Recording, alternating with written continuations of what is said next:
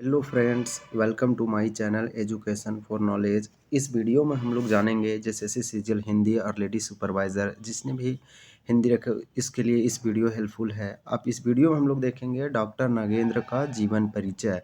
ये short video होगा, इसको आप रिवीजन करके जाइए। इससे डायरेक्टली क्वेश्चन आ रहे हैं तो आपको दिखाएंगे कि किस प्रकार से लगातार जेएसएससी के द्वारा एग्ज़ाम में अलग अलग एग्ज़ामों में पूछा जा रहा है। तो ये हमारा सिलेबस है दिया हुआ है हिंदी का, तो इसमें हम लोग देखेंगे कि किस प्रकार से दे रखा है सिलेबस में। देखिए यहाँ पे मेंशन किया हुआ है हिंदी साहित्य का, यहाँ पे मेंशन करके रखा हुआ है हिंदी साहित्य का इतिहास।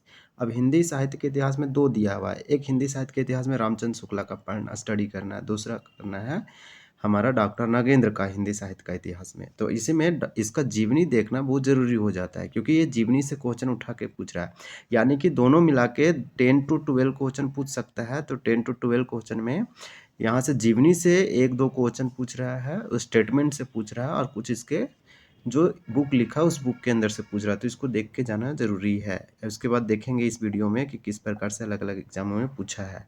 जैसे में फर्स्ट क्वेश्चन देखिए, इसको थोड़ा सा जूम कर देते हैं।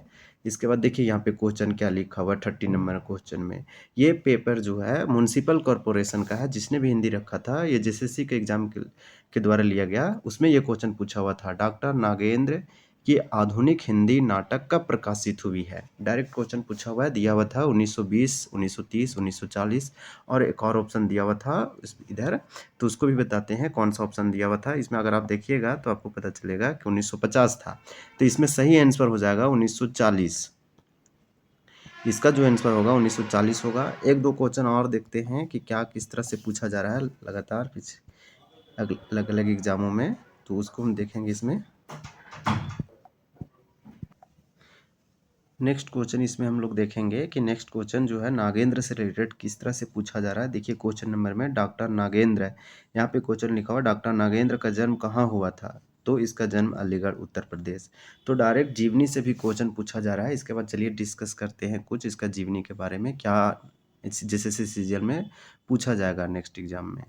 तो यहाँ पे देखेंगे हम लोग, यहाँ पे आप लोग देख सकते हैं ये मेरे द्वारा बनाया गया हैंड नोट्स है, इसको आप रिवीजन करके जाइए 1 से 2 बार, आपका भी क्लियर हो जाएगा। नेक्स्ट क्या लिखा हुआ है, हिंदी साहित्य का इतिहास डॉक्टर नागेंद्र, ये जीवनी है। डॉक्टर नागेंद्र के बारे में देखेंगे। डॉक्टर नागेंद्र हिंदी के प्रमुख आधुनिक आलोचक एवं सुलझे हुए विचारक और गहरे विश्लेषक थे। यहाँ पे ये आपके लिए इम्पोर्टेंट हो जाता है कि डॉक्टर नागेंद्र का जन्म, तो डॉक्टर नागेंद्र का जन्म 9 मार्च 1915 अलीगढ़ उत्तर प्रदेश। देखा बता रहे हैं कि ये क्वेश्चन देखिए, ये क्वेश्चन डायरेक्ट पूछा हुआ कि डॉक्टर नागेंद्र का जन्म कहाँ हुआ, तो अलीगढ़ यूपी में हुआ है 9 मार्च 1915 का, और निधन 27 अक्टूबर 1999 नई दिल्ली में। उसके बाद क्या है, डॉक्टर नागेंद्र एक कवि थे। उसके बाद देखेंगे डॉक्टर नागेंद्र का जो पहला काव्य संग्रह था वो वनवाला था, जो 1937 ईस्वी में प्रकाशित हुआ था। ये भी इम्पोर्टेंट है, ये भी आप करके जाइए। एक दो जो जो एग्जाम में पूछ सकता है वहाँ से आप देख लीजिए, इसको देख लीजिए, इसको देख लीजिए, थोड़ा सा अच्छे से 2-3 बार रिवीजन कर लीजिए। तो पहला काव्य संग्रह बताएं, फिर नेक्स्ट इसमें देखेंगे इसमें नेक्स्ट इम्पोर्टेंट क्या है उसका डिस्कशन करेंगे। नेक्स्ट इसमें क्या है दिया हुआ है नागेंद्र के बारे में, वो हम लोग देखेंगे। तो नागेंद्र के बारे में क्या दिया हुआ है ये देखिए, यहाँ पे लिखा हुआ डॉक्टर नागेंद्र ने हिंदी और अंग्रेजी में एमए करने के बाद हिंदी से डीएलएड की उपाधि प्राप्त की। रीति काव्य की भूमिका तथा उनकी कविता 1949 ईस्वी में शोध ग्रंथ प्रकाशित हुआ। यानी एक ये जब हिंदी में किए और अंग्रेजी में एमए करने के बाद डीएलएड हिंदी से किए, तो इन्होंने रीति काव्य की भूमिका और दूसरी उनकी कविता से एक शोध ग्रंथ प्रकाशित किया 1949 ईस्वी में। आकाशवाणी से हिंदी कार्य की शुरुआत की तथा 1952 ईस्वी में दिल्ली विश्वविद्यालय में हिंदी विभाग में अध्यक्ष पद पर नियुक्त हुए।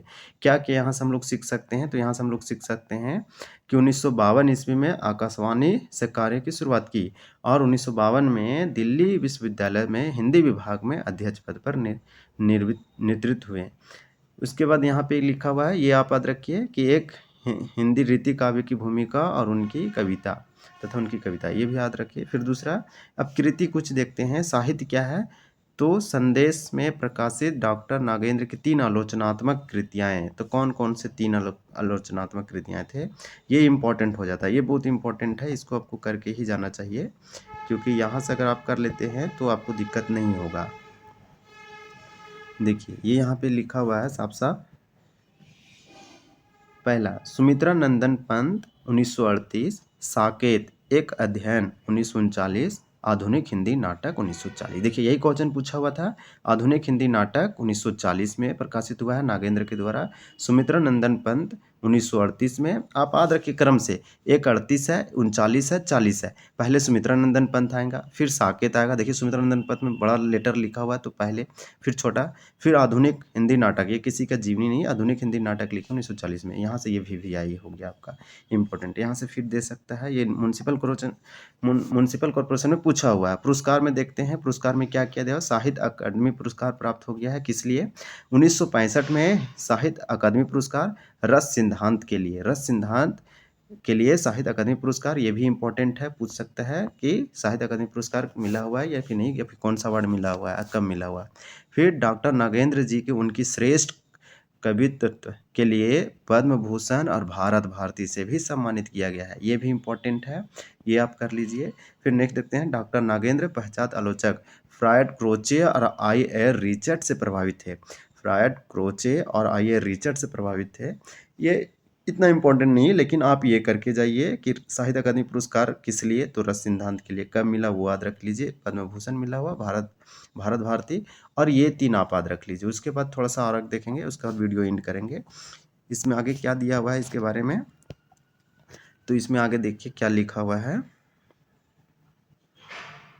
यहाँ पे लिखा हुआ है डॉक्टर नागेंद्र की प्रमुख कृतियाँ हैं, वही है जो बताए हैं, बस थोड़ा सा और डिटेल से दिया हुआ है, कुछ और है।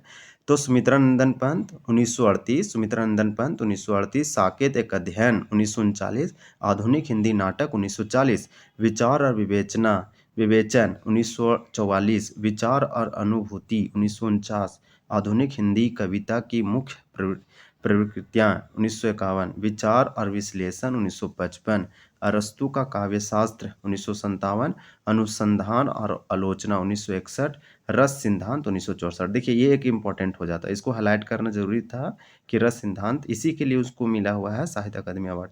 फिर ये 3 याद रख लीजिए, यहाँ पे इम्पोर्टेंट है। उसके बाद आगे देखते हैं कि आगे क्या है।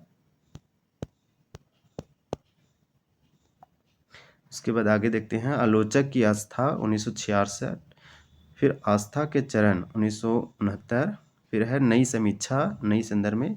ये है, इतना इम्पोर्टेंट नहीं है, जो इम्पोर्टेंट था हम आपको बता दिए। उसके बाद अगर कुछ और देखना चाहते हैं तो देख लीजिए। प्रमुख कविता क्या है इसका, तो कविता लिखा बनवाला, जो कि पहला काव्य संग्रह था।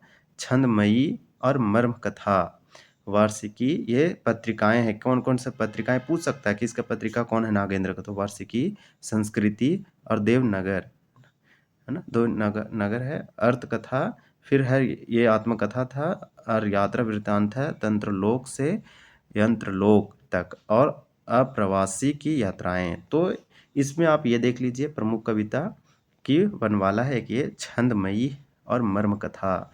कुछ पत्रिकाएं देख लीजिए, वार्षिकी, संस्कृति, देवनगर, बस इतना ही, और इसमें कुछ नहीं। बाकी इस वीडियो को एंड करते हैं। Thank you for watching this video.